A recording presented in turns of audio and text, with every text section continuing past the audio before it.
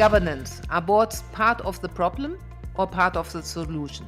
So much of the global discussion of corporate governance focuses on themes: ESG, sustainability, cybersecurity, stakeholder rights, executive pay, etc., etc. Yet corporate board members who are on the front lines wrestle very often with basics, but crucial issues of what you can call boardsmanship. How do the well-meaning, part-time, non-executive directors on a board meaningfully direct and monitor a complex business operated by full-time professional managers? Are we demanding more tactical oversight from boards than they can deliver realistically? Has a board of directors model become a dangerous anachronism? I'm delighted to talk with Ralph Ward. Ralph is an internationally recognized speaker, writer, and advisor on the role of boards of directors and the future of governance worldwide. He's publisher of the online newsletter Boardroom INSIDER and also the editor of the Corporate Board magazine. Welcome to the Better Boards podcast series. I'm Dr. Sabine Dembkowski, founder and managing partner of Better Boards. We make the boards of the most ambitious organizations more effective. Our mission at Better Boards is to contribute to creating better boards. We do this by providing clients with an evidence-based approach for board evaluations and board development programs.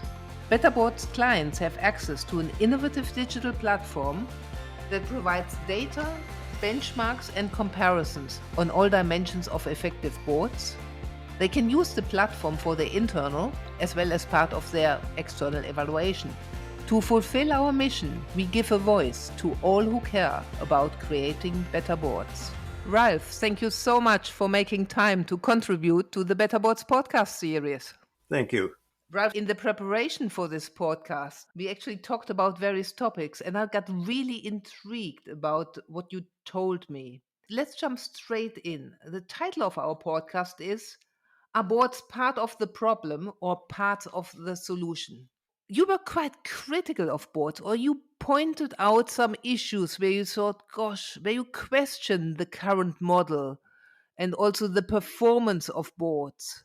What makes you think that boards are in itself actually, or can be in itself, part of the problem of governance? If you sit back and look at the history of the corporate board model, you realize where a lot of the problems go. You have something that is really an artifact that goes back 300 years or more to the joint stock corporations coming from the Italian states, the Netherlands, into the United Kingdom and England, of managing an enterprise. And it was a good way of doing things 300 years ago. If you had, say, a dozen squires putting in a few crowns, have a trading voyage or to float a bank or something like that, and then you realize that essentially the same model is being used today for multinational corporations with thousands of employees and billions of euros in capitalization and hundreds of thousands, millions of investors being represented. It's a little bit like a old-fashioned bucket brigade for putting out fires having to deal with a modern skyscraper today. It's not fit to purpose. The problem is, to paraphrase Winston Churchill about democracy, the corporate board model is the worst way of monitoring a large enterprise, except for everything else we have tried. And we're stuck with it somewhat. And I think directors in the boardroom themselves realize that. They express frustration to me when I talk to them that they have something that isn't fit to purpose. And part of the problem is that with a few changes, you can make this really impossible job, especially for the independent outside directors, just enough more doable that they can manage it. And that's what I try to stress to them. You can't reinvent the corporate board model, so let's tinker around the edges, and you'll find out it's a lot more practical then. And actually, the key question I had when I listened to you, In your experience, all boards really aware that they can be actually that it's outdated or that they're part of the problem of governance? Do you find awareness for this? I do. There is frustration. I do quite a bit of training overseas and in the US with board members, and a lot of it is two-way communication with them. And they express frustration. This is something that has popped up. We don't know how to deal with this. This always drives me nuts about our board meetings, our information, our processes. And it generally is a lot of little things that add up to larger frustrations for them. They know it isn't working well, but we've had this model for so long. The people who serve on boards have spent their whole careers working with it that they just assume, well, that's the way it's supposed to be. It's like online software technical support. You don't expect to get wonderful customer service for it. You just assume you're going to have to wait on hold a long time and have to go through a lot of FAQs that don't address your question. And I think they have gotten fatalistic that way about the board of directors. And then when we start talking, they start the lights start going on. Oh, we could change this. Oh, well, here's a minor fix that could make a lot of difference. So it's a matter of awareness and sharing ideas. This is what I do in my speaking. In a little bit of a way, I'm sort of a corporate board evangelist. I take good ideas that people have individually developed in their boardroom for doing this or that and share them around the world. And people say, oh, that's brilliant. You have probably noticed this. This or that board of directors with this group on the board may have found a clever way of absorbing more information before the more board meeting efficiently, or making presentations go better, or dealing with a personal issue in the boardroom. Another company, just as good a people, just as experienced, will have never thought of that idea. So the more we can share these little tips and fixes around, the better it improves everyone's corporate governance. No, I'm completely with you there. And this is also what our listeners like. That's what I'm picking up from the feedback, the practical tips and tricks. So let's focus on that. Let's not talk about the bad guys out there. Let's talk about the good guys and the good boards, i.e., those that are really effective. What do they do actually, in your experience, that they are part of the solution, that have found good tricks on how to maneuver this whole construct? Let's maybe start so that we go systematically through it with structures and processes.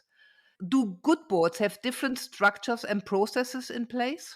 Yes, they do. And this is something when I do my trainings overseas, I urge boards that come to the training, don't just send the board members, don't just send the board chair and the CEO, send the company corporate secretary, send the support staff.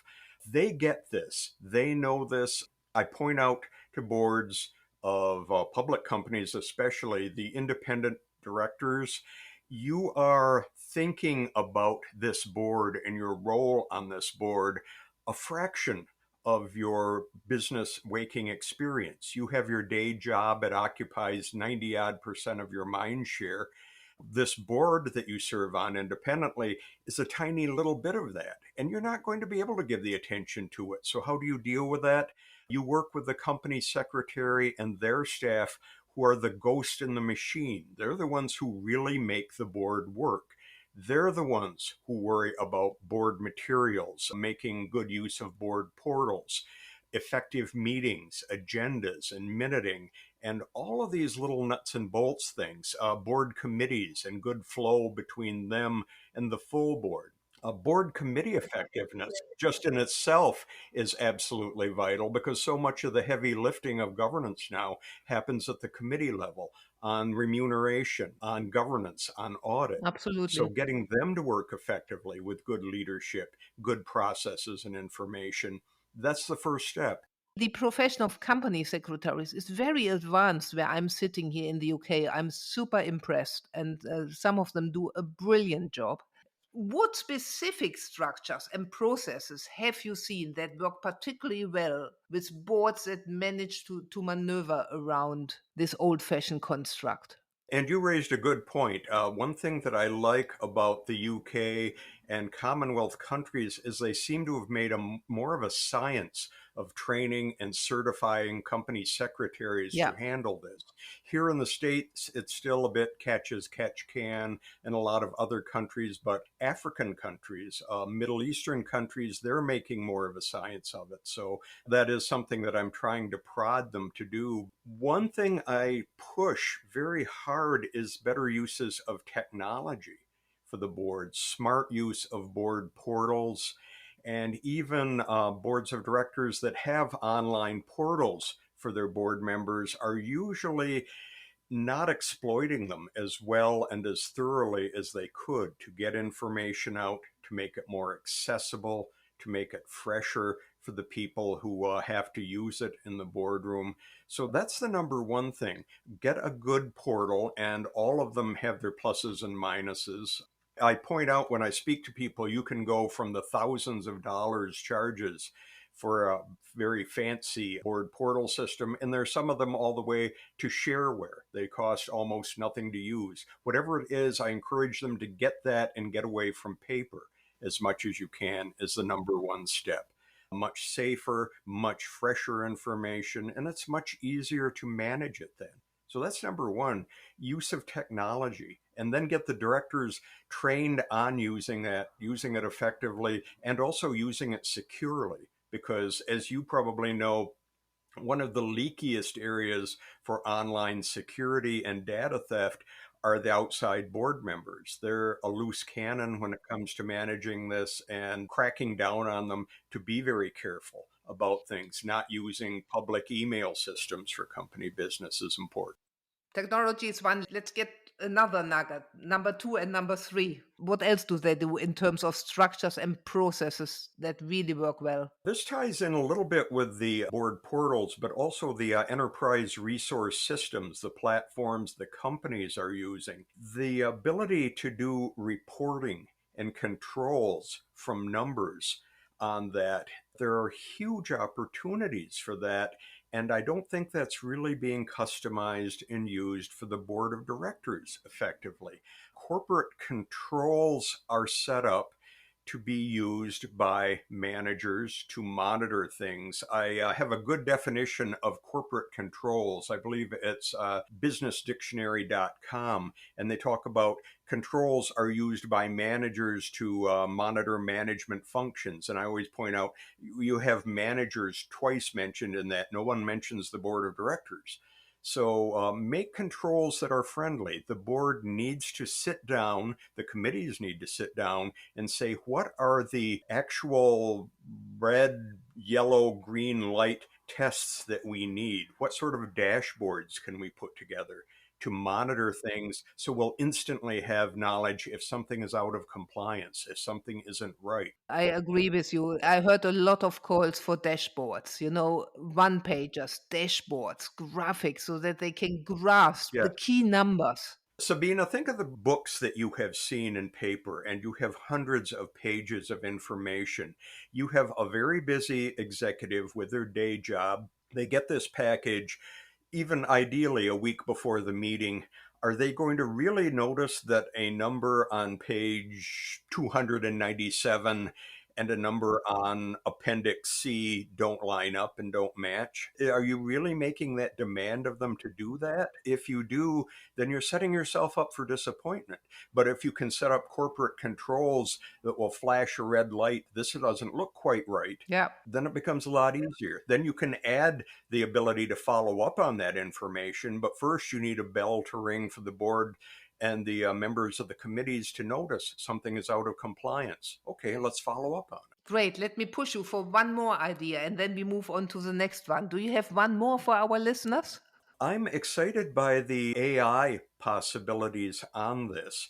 When you look at all of the information that a board of directors gets before the meeting, the context, the discussion they may have, we mentioned finding things that are maybe wrong and don't line up. Think of how valuable it would be to have AI tools that could go through a whole board meeting packet and parse half a dozen valid questions based around that, knowing what the board wants to know. What are important numbers? What are potential outliers? What should the board know about what's going forward? And can go through and come up with some questions for the board to ask instead of depending on these people in the boardroom. I mentioned it before, I'll mention it again. Board members, I have found, are intelligent, savvy people. They know what they're doing, but the board of directors model collectively makes them dumb. It makes it difficult for them to come in, hit the bricks running, and know what to ask. So try using some AI tools and processes to come through and find some things that they may not be thinking of. What's going to happen next? Where do these trends converge 5 years down the road? And that would be another valuable thing. Great. Let's move on to attitudes and behaviors. Do you think these good boards who are part of the solution do good governance? Do they display different attitudes and different behaviors? It comes from several factors in the board itself. The first one is leadership, effective board chairs. Think about, you're very savvy and you know what goes on out there for training and education for boards. I have found that there is very little training on how to be an effective board member as a board member, but there is almost none on how to be an effective board leader, a board chair. And that's very dangerous because it's such a unique role. You are having to deal with a table full of type A leaders, somehow gathering them together to all play together as equals, work together as equals. They probably know each other a bit, have some communication, but they don't know each other's personal communication style, what their hot button issues are, how they work well together. You bring them together every few months to have to deal with sometimes extremely intense issues. Of course, you're going to have communications disasters with a group like that. So, good leadership, ability to pull out information, to push back on the people who are pushy, and to serve as the board advocate for getting the information and processes you need is extremely crucial. Board chairs aren't trained to chair a board. If you are a chief executive, you have learned a lot of good leadership lessons. A lot of those lessons are the exact opposite of what you need to chair a board of directors. So there's a lot of unlearning involved there as well. A very good point, and I can confirm this. Before we have to come to an end, about non executive directors. Anything you have seen there the good ones are really doing and should take into account? You know, if you read about and watch commentary on boards, a lot of it tends to be at the 10,000 foot level. You are being conscientious, you are being asking good questions, you are not being conflicted, and all of the big, I call them Boy Scout issues here. You are being wise and forethinking. A lot of it I found is at the more fundamental level. These are people who, before the board meeting, make it a point of blocking out time on their busy schedule for board meeting prep. I will read this material. I will devote this amount of time to it. Take my phone off the hook, shut off my smartphone, don't disturb me. I'm going to commit to this and nothing is going to interfere with that. They devote the time to looking at this. They're willing to call the CEO. They're willing to call the CFO or someone at audit. Tell me about this number. It doesn't seem to add up. I know we have this initiative we're going to be talking about. Who can I talk to put some more information on that? They devote the time to the practice and the preparation.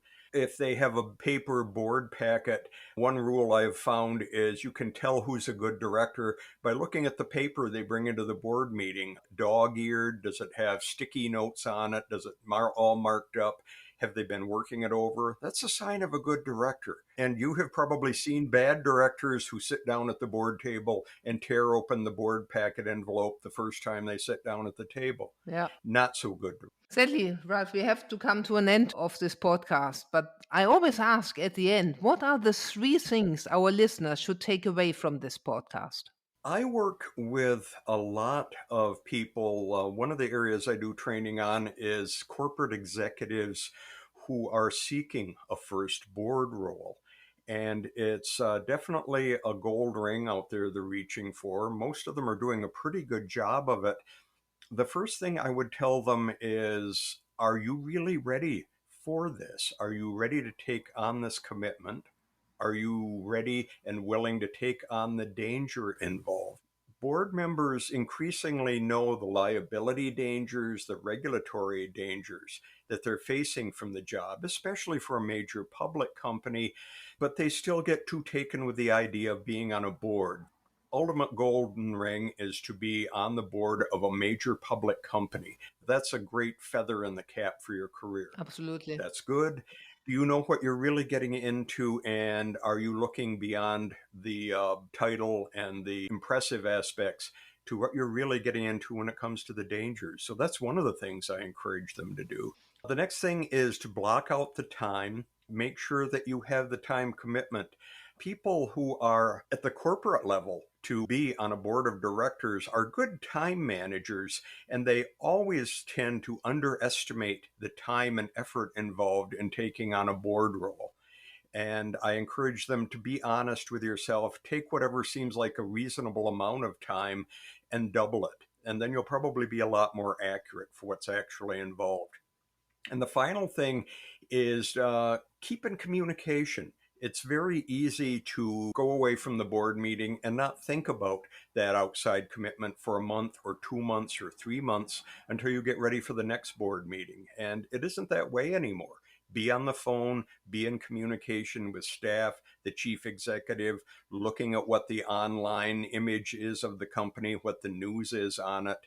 Assume once you're on a board, it's one more job that you're going to have to weave into all of your other busy schedule. Fantastic, Ralph. Thank you so much for contributing to the Better Boards podcast series. Thank you. How can we help you and your board? We at Better Boards are always delighted to hear from you. If you are interested in what we are doing, have a look at our website or schedule a demo. It's easy. Just click on the button on the website. Alternatively, you can reach us on the email info@better-boards.com. Thank you for listening.